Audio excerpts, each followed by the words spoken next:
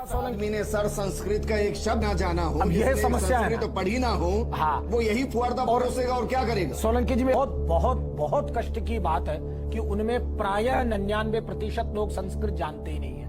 अब संस्कृत जो नहीं जानता हो वो क्या धर्म की, वैदिक धर्म की, रामायण की, गीता की, महाभारत की चर्चा करेगा। उसी का एक नमूना रामपाल जी भी है। नहीं लेकिन और देखो सरेआम आंखों में धूल झोंक रहे, ये रही शिव पुराण हिंदी में है, ये देवी भागवत पुराण हिंदी में है, ये भागवत गीता भी सदग्रंथ ले लो, हिंदी में ट्रांसलेट हो चुका है, हिंदी में कन्वर्ट हो चुका है। आज सवाल पैदा ही नहीं होता संस्कृत आने ना आने का। तो संत रामपाल जी महाराज जी, तो आप जो अंग्रेजों ने, जो संस्कृत के विद्वानों ने जो ट्रांसलेट किया है इन ग्रंथों के अंदर, संत रामपाल जी महाराज जी तो वो आपका ट्रांसलेट जो आपने अनुवाद कर रखा है वही पढ़कर सुना रहे हैं। अब भाई आपका अनुवाद करके संत रामपाल जी महाराज पढ़ के सुना रहे हो, आप कह रहे हो उनको संस्कृत नहीं आती। इस किताब का अंध श्रद्धा भक्ति खतरा है जान, इसका पेज नंबर 9, इस पर लिखा है नौकरी, रोजगार, संतान एवं धन प्राप्ति के लिए अर्जन करना आदि आदि तथा शिव जी के लिंग ब्रैकेट में अंग्रेजी में प्राइवेट पार्ट, हिंदी में यानी गुप्तांग का पूजा करना, ये लिखा है इसमें। आगे क्या लिखा है, उस लिंग पर दूध डालना, उसके ऊपर तांबे या पीतल का स्टैंड रखकर तांबे या पीतल का घड़ा और उसके नीचे तली में बारीक छेद करके पानी से भरकर रखना, जिससे लगातार लिंग के ऊपर शीतल जल की धारा गिरती रहे, ये मूर्ति पूजा।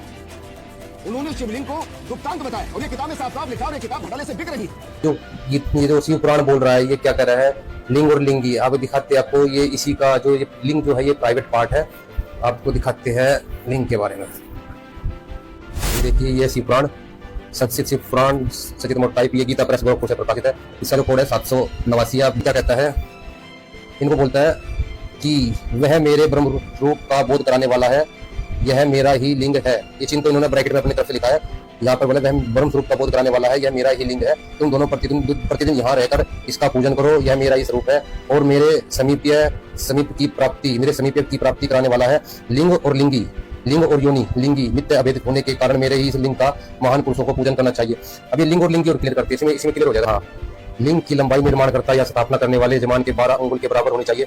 ऐसे ही लिंग को उत्तम कहा गया है। इससे कम लंबाई हो तो फल में कमी आ जाती है, अधिक हो तो कोई दोष की बात नहीं, यानी जितनी ज्यादा हो ठीक है। और यहाँ पर लिंग के बारे में यहाँ बताया उन्होंने, यहाँ बताया है उसका गर्भगृह बहुत ही सुंदर, सदृढ़ और दर्पण के समान सोच हो। गर्भगृह का मतलब होता है कि गर्भगृह यानी कि योनि, गर्भगृह जहाँ पे स्त्री का गर्भ ठहरता है उसको गर्भगृह बोलते हैं। और ये जो ये लिंग है जिसमें ये प्रविष्ट होता है उसको गर्भगृह बोलते हैं। और मंदिर में गर्भगृह के काम वहाँ पे 17 नंबर इसका कोड है, आप चाहे तो मार्केट से जाकर इसको ले सकते हैं। जय दयाल गोविंद का गीता प्रेस गोरखपुर से प्रकाशित है। हे अर्जुन, मेरी महत ब्रह्म रूप मूल प्रकृति, अभी आपको साबित किया दुर्गा को प्रकृति बोलते हैं, संपूर्ण भूतों की योनि अर्थात गर्भ धारण का स्थान है, यानी लिंगी है। मैं उस योनि में चेतन समुदाय रूप गर्भ को स्थापन करता हूँ। उस जड़ चेतन संयोग से सब भूतों की उत्पत्ति होती है। और ये देखिए अगले में क्या कहा है 4 में, हे अर्जुन, नाना प्रकार की सब योनियों में जितने मूर्तियां अर्थात शरीरधारी प्राणी उत्पन्न होते हैं, प्रकृति यानी दुर्गा उन सब की गर्भ धारण करने वाली माता है और मैं बीज को स्थापन करने वाला पिता हूँ। यानी कि दुर्गा तो माता है, ये प्रकृति तो माता है और मैं पिता हूँ। और यहाँ पे इसने क्लियर किया, क्या कहा है, सबसे बड़ी बात देखिए कि संपूर्ण भूतों की योनि है, योनि अर्थात गर्भ धारण का स्थान है। ये जो अंग्रेज संस्कृत के विद्वान अगर ये बोलते थे 84 लाख योनियों का वर्णन है, यहाँ पे साफ लिखा है गर्भ धारण का स्थान यानी योनि प्राइवेट पार्ट, यानी ये जो है योनि है। और जब ये योनि है तो ये जो क्या हुआ, ये लिंग हुआ ना लिंग। जब ये माता है और ये पिता है तो फिर ये योनि है तो ये लिंग हुआ ना। उस योनि में चेतन समुदाय गर्भ को स्थापन करता हूँ, यानी गर्भ किसके द्वारा स्थापन किया जाता है, जो पुरुष का जो प्राइवेट पार्ट होता है उसके द्वारा ही तो बीज को स्थापन किया जाता है, गर्भ को स्थापन किया जाता है। तो ये लिंगी होगी, ये लिंग हो गया। तो ये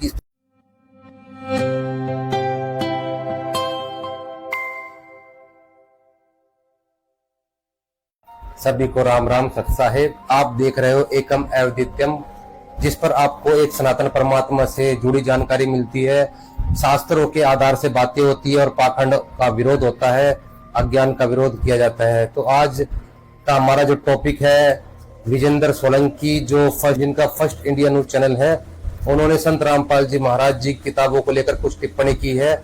आइए उनके कुछ सवालों का जवाब देते हैं। 2 किताबें मेरे पास हैं। एक किताब है अंध भक्ति श्रद्धा खतरा जान और दूसरी मेरे पास है ज्ञान गंगा। दोनों में समानता क्या है? इन दोनों में समानता यह है कि दोनों का जो लेखक है वो रामपाल महाराज है। हालांकि मैं इसको रामपाल ही कहूंगा, ना संत कहूंगा ना महाराज कहूंगा। अगर आप संत रामपाल जी महाराज जी को संत नहीं कहोगे, महाराज नहीं कहोगे, तो क्या संत रामपाल जी महाराज जी की छवि कम हो जाएगी? ठीक उसी तरह जैसे कोई हीरा, उसके ऊपर कोई कीचड़ डाल दे तो हीरे की कीमत कम नहीं हो जाती। ठीक उसी प्रकार संत रामपाल जी महाराज जी की कीमत कम नहीं हो जाएगी। अगर पारस का एक पत्थर होता है, वो समान टुकड़े की तरह होता है, वो सड़क पे पड़ा होता है, जो मूर्ख होते हैं वो चले जाते हैं ठोकर मार के, लेकिन कोई पारखी होता है जो उसको उठा लेता है और उसको माथे के लगाता है कि सचमुच ये तो पारस है। तो संत रामपाल जी महाराज इस समय पारस की तरह है, और उनको पहचाना कैसे जा सकता है? कबीर साहब कहते हैं, मिस्री बिखरी रेत में हाथी से चुनी न जाए, चींटी हो तो चुन चुन खाए तब साहिब को पाए।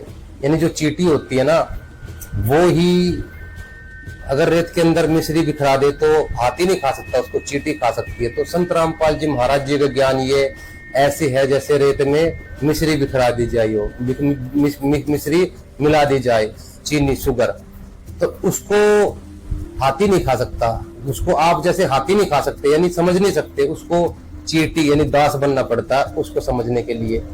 तो आपकी गलती नहीं है, आप भी हाथी हो, जिस दिन चींटी बन जाओगे उस दिन समझ जाओगे वो संत रामपाल जी महाराज। संत रामपाल जी महाराज की अगर मैं महिमा गाऊं तो कहते कि कबीर साहब कहते हैं, पूर्ण संत की जो महिमा बताई गई है कि 7 समुद्र की मसी करूं, लेखनी करूं बन रहा है, धरती का कागज करूं, गुरु गुण लिखा ना जाए।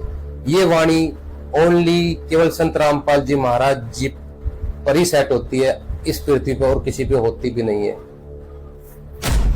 इस किताब का अंध श्रद्धा भक्ति खतरा जान, इसका पेज नंबर 9, इस पर लिखा है, नौकरी, रोजगार, संतान एवं धन प्राप्ति के लिए अर्जन करना आदि आदि तथा शिव जी के लिंग ब्रैकेट में अंग्रेजी में प्राइवेट पार्ट, हिंदी में यानी गुप्तांग का पूजा करना, ये लिखा है इसमें।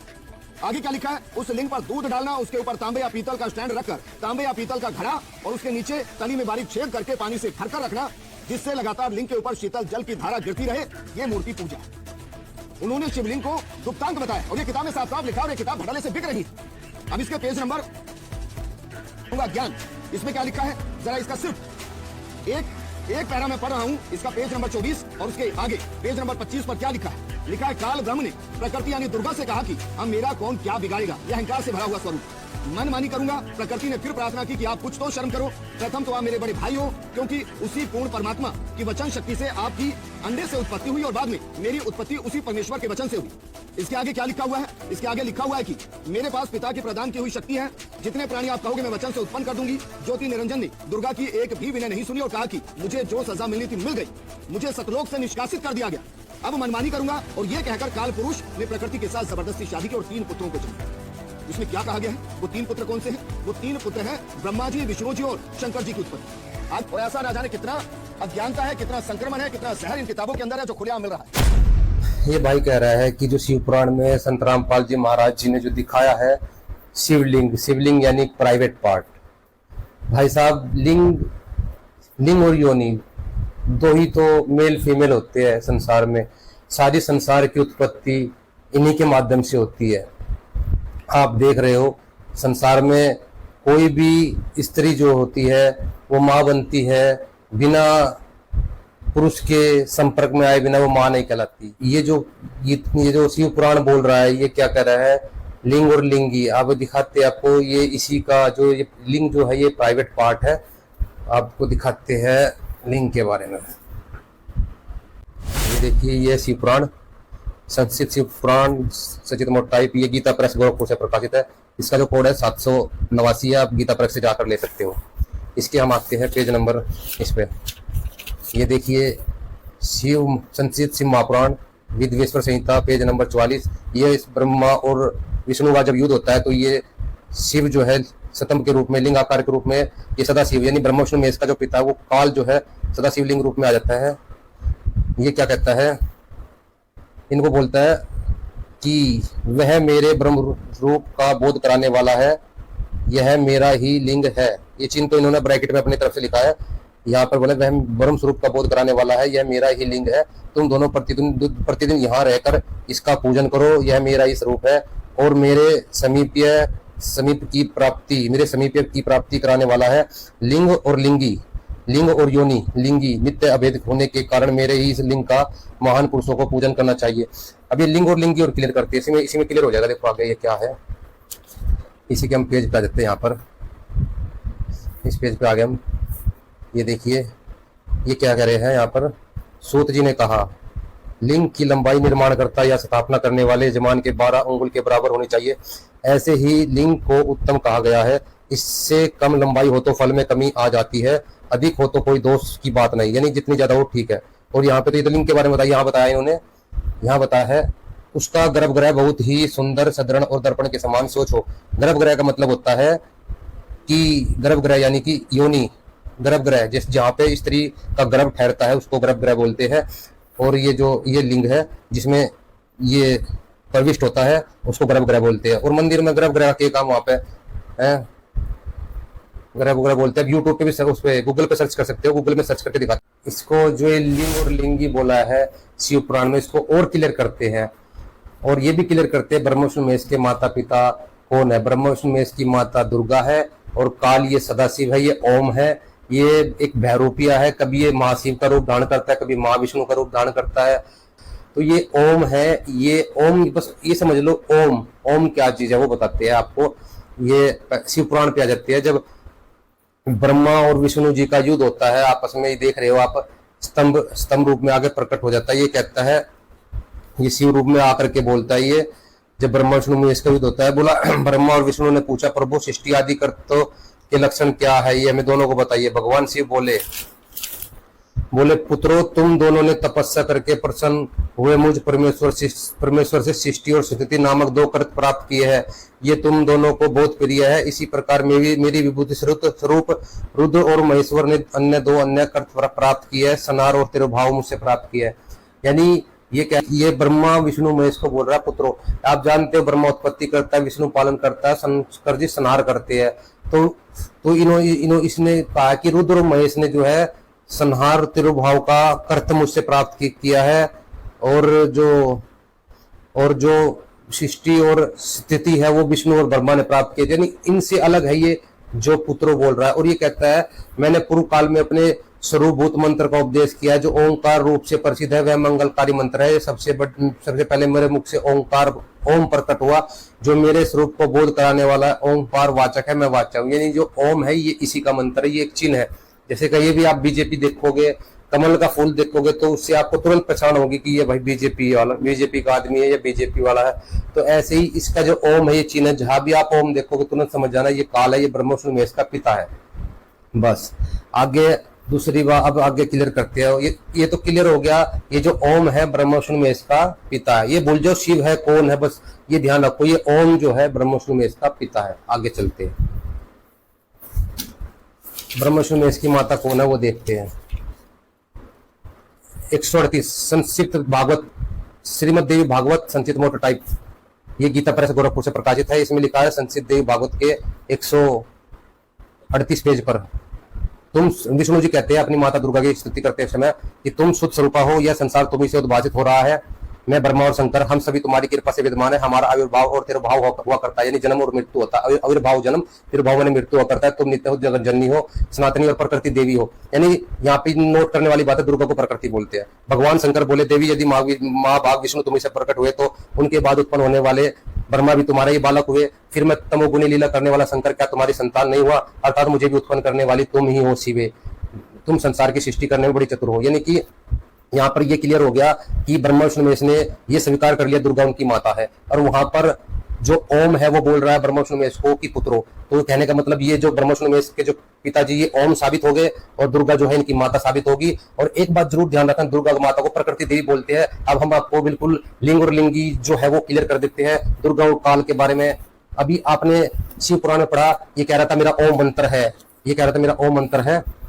तो ये देखिए, इसमें भी बोलता है गीता में अध्याय 8 के श्लोक 13 में कहता है, ये जो पुरुष ओम इस एक अक्षर रूप ब्रह्म को उच्चारण करता हुआ मुझ निर्गुण ब्रह्म का चिंतन करके शरीर त्याग कर जाता है, वह परम गति को प्राप्त होता है, यानी ओम से मिलने वाली परम गति को प्राप्त होता है। अब ये आप समझ लो कि गीता जो बोल रहा है, ये ओम बोल रहा है, ये काल वो जो सदाशिव वहां बना के रूप बना के खड़ा था, अब वो यहाँ महाविष्णु के रूप में आकर खड़ा हो गया। ये वही चीज है।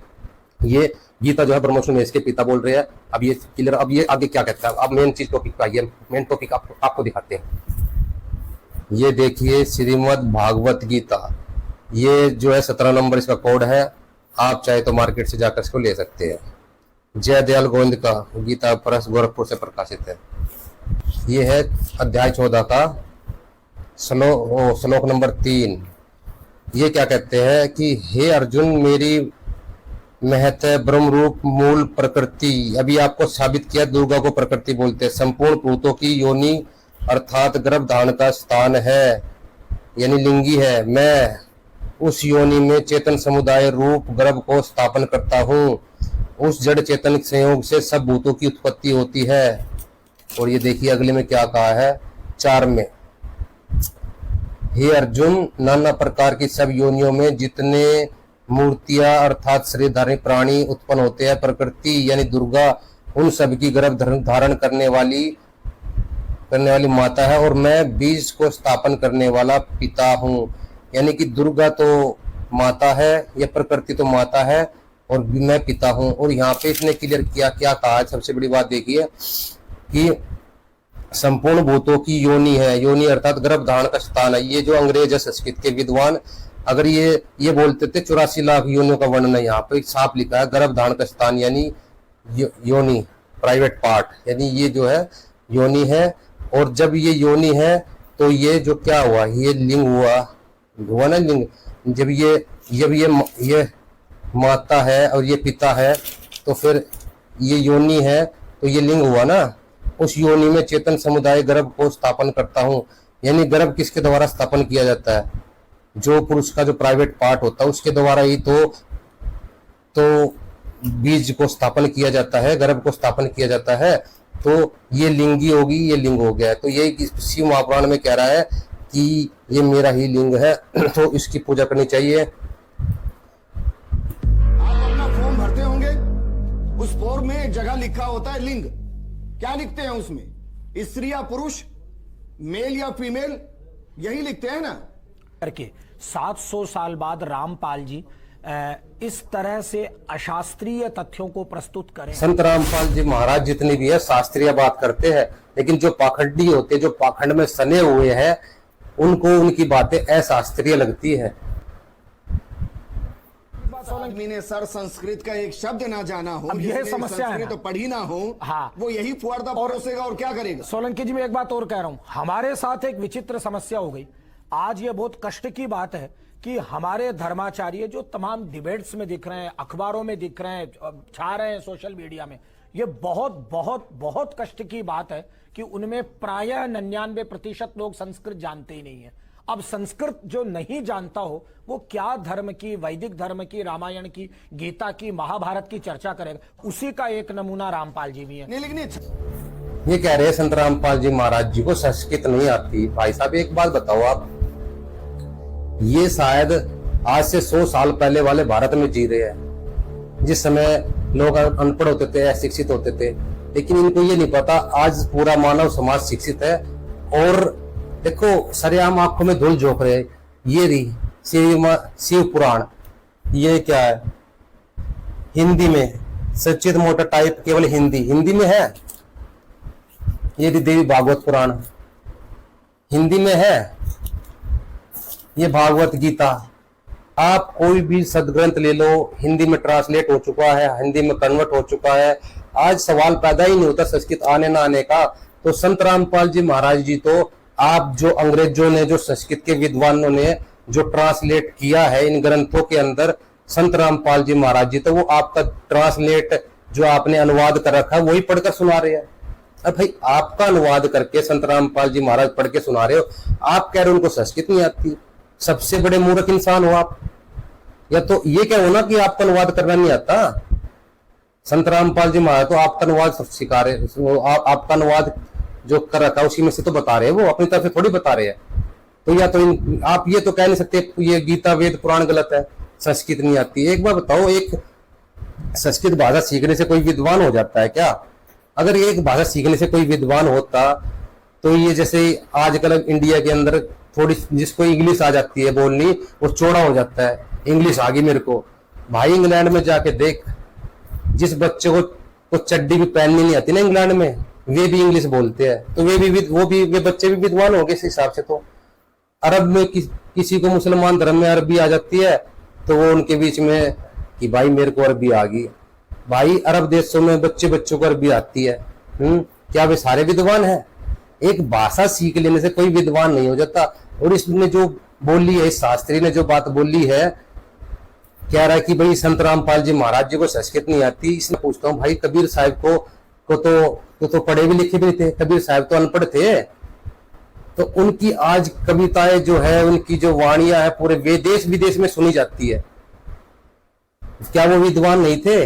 रविदास जी जिन्होंने अपने वो चाम की जो अंदर से गंगा प्रकट कर दी थी, जिसमें चाम का कटौती में गंगा, रविदास जी ने उसमें, और जितने ब्राह्मण थे वो रविदास ने सभी ब्राह्मणों की मरोड़ निकाल दी थी। क्या वो विद्वान नहीं थे? वाल्मीकि जी जिन्होंने रामचंद्र जी की रामायण लिख दी थी, क्या वो विद्वान नहीं थे?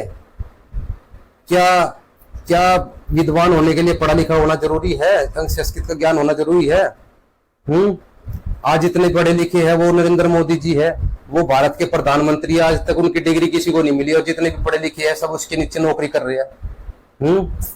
भाई पढ़ा लिखा मैटर नहीं करता। विद्वान और विद्वान की परिभाषा कोई शिक्षा, मतलब किसी भाषा से आप ये नहीं लगा सकते विद्वान है कि अविद्वान है। ठीक है, विद्वान और अविद्वान का पता भाषा से नहीं लगता। आप संस्कृत भाषा कोई आपने नाम नहीं कर लिया आपने। और दूसरी बात संस्कृत भाषा जो ज्यादा मुश्किल भी नहीं है, देवनागरिक लिपि है, और हिंदी के कम से कम 50% जो शब्द है वो संस्कृत से लिए गए हैं। तो ज्यादा मुश्किल भी नहीं है संस्कृत भाषा कि आप ये कहो समझ नहीं सकते। फिर दूसरी बात, सारे वेद शास्त्र जो है हिंदी में ट्रांसलेट हो चुके हैं, अनुवादित हो चुके हैं। फिर इसका तो सवाल पैदा नहीं होता संस्कृत नहीं आती तो से जाती हैं। सर ये बता, आज उनको बाबा बना के इस तरह की कविता को छापना। और आपने देखा इस किताब के अंदर में एक और बात लिखी है, पवित्र कुरान। और पवित्र कुरान को लिखते हुए उन्होंने वहां पे किसी भी तरह की कोई व्याख्या नहीं करी, कोई उल्लेख ऐसा नहीं करा है जो कि उनकी सच्चता को लाता हो सामने। उन्होंने कहा करा है हिंदू देवी देवताओं के ऊपर में करा है। इससे क्या हो रहा है विजेंद्र जी? इससे लोग पढ़ रहे हैं, और लोग पढ़ने के यदि फ्री में और दे रहे हैं, ये शुल्क नहीं लेते हैं, और फिर फ्री में लेने के बाद लोग इसको पढ़ते हैं। पढ़ने के बाद ये कहां जा रहा है? ये एंड कॉज जा रहा है सीधा कन्वर्शन पे, क्योंकि वो आपको आपके धर्म के प्रति इतना व्याकुल कर देते हैं कि आपको क्वेश्चन करने लग जाते हो, प्रश्न करने लग जाते हैं। इसीलिए भाई साहब, संत रामपाल जी महाराज जी ने मुसलमान नहीं समझे ज्ञान कुरान पूरी की पूरी किताब लिखी हुई है। और जाकिर नायक जो मुस्लिम धर्म का प्रवक्ता है, उसको भी संत रामपाल जी महाराज ने चैलेंज किया था कि आओ मेरे साथ डिबेट करो, मैं तुम्हें 10 पॉइंट में झूठा साबित कर दूंगा। जाकिर नायक भी ज्ञान चर्चा के लिए नहीं आया। तो संत रामपाल जी महाराज जो है वो किसी एक विशेष धर्म के बारे में नहीं, वो सभी धर्मों के बारे में, सभी उनके शास्त्रों के बारे में खोल के दिखा रहे हैं। और आप कह रहे हो कि वो हिंदुओं के बारे में बात करते हैं और ये कहीं ना कहीं धर्म परिवर्तन का मामला बन जाता है। तो आप मुझे बता दो, संत रामपाल जी महाराज ने कितनों का धर्म परिवर्तन किया? संत रामपाल जी महाराज जो है सनातन धर्म के आधार है। आपको पता है सनातन धर्म का मतलब क्या होता है? सनातन धर्म जो है, पहले क्या था? एक सनातन धर्म था, उसके बाद ये हिंदू मुस्लिम सिख ईसाई बाद में बने हैं। और पहले सनातन धर्म था, पहले केवल वेद थे, वेदों के आधार से एक परमात्मा की भक्ति होती थी। ठीक है, आज ये इतनी पूजाएं चल पड़ी है, ये जो इतना पाखंड चल पड़ा है, ये सनातन धर्म में नहीं है। सनातन धर्म में हमारे वेद गीता आते हैं, वेद गीता में इस सभी पाखंड का विरोध किया गया है। संत रामपाल जी महाराज वेद गीता के आधार से भक्ति बताते हैं और सनातन धर्म को आगे बढ़ा रहे हैं। आपने कहा कि फिर वो लोग सवाल करने लग जाते हैं। भाई सवाल तो करेंगे ही, क्योंकि संत रामपाल जी महाराज जागृत जो कर रहे हैं लोगों को। एक सरकार नहीं चाहती कि लोग शिक्षित हो, पढ़ लिख जाए, क्योंकि पढ़ा लिखा जो व्यक्ति होगा, जो जागरूक होगा, जो पढ़ा लिखा होगा, वो ही सवाल करेगा। ठीक इसी प्रकार हमारे जो पूर्वज थे वो अनपढ़ थे, पढ़े लिखे नहीं थे, तो वो जो है सवाल जवाब नहीं करते थे। आज हम पढ़े लिखे हैं, तो संत रामपाल जी महाराज सभी शिक्षित लोगों को उनके वेद गीता बाइबल, कुरान शरीफ, सभी धर्म शास्त्रों के आधार से उस शिक्षित समाज को जागरूक कर रहे हैं। और जागरूक होने के बाद में लोग सवाल करेंगे, शंभुक ऋषि की हत्या क्यों हुई थी? शंभुक ऋषि की हत्या इसी कारण से हुई थी कि शंभुक ऋषि जो था वो अपने समाज के लोगों को जागरूक कर रहा था। सबसे बड़ा अपराध है लोगों को जागरूक करना, क्योंकि अगर आप लोगों को जागरूक करोगे, अगर आप लोगों को जागरूक करोगे तो जिनकी पाखंड की दुकान चल रही है, जो उस पाखंड को चला रहे हैं, वो आपका विरोध जरूर करेंगे। क्योंकि डॉक्टर नहीं चाहता कि लोग दवाई के प्रति, मेडिसिन के प्रति जागरूक हो, और वकील नहीं चाहता लोग कानून के प्रति जागरूक हो, और ये धर्मगुरु नहीं चाहते कि आप अपने वेद गीता के प्रति जागरूक हो। क्योंकि तो आपको चाहिए, जब तक आप खुद जागरूक नहीं होगे, लोग आपका फायदा उठाते रहेंगे, चाहे वो किसी भी फील्ड में चले जाओ। अगर आपको मेडिसिन की नॉलेज नहीं है तो डॉक्टर आपका फायदा उठाएगा, अगर आपको कानून की नॉलेज नहीं है तो पुलिस के सिपाही आपका फायदा उठाएंगे, अगर आपको अपने धर्म शास्त्रों की, वेद गीता की नॉलेज नहीं है तो ये नकली धर्मगुरु आपका फायदा उठाएंगे। तो हर कोई आपको लूटने के लिए, काटने के लिए तैयार खड़ा है। आप लूटते रहिए, कटते रहिए। सबसे बड़ी चीज है, आप अपने धर्म के प्रति जागरूक होइए। संत रामपाल जी महाराज की किताबें पढ़िए, यही मेन संत रामपाल जी महाराज जी का उद्देश्य है।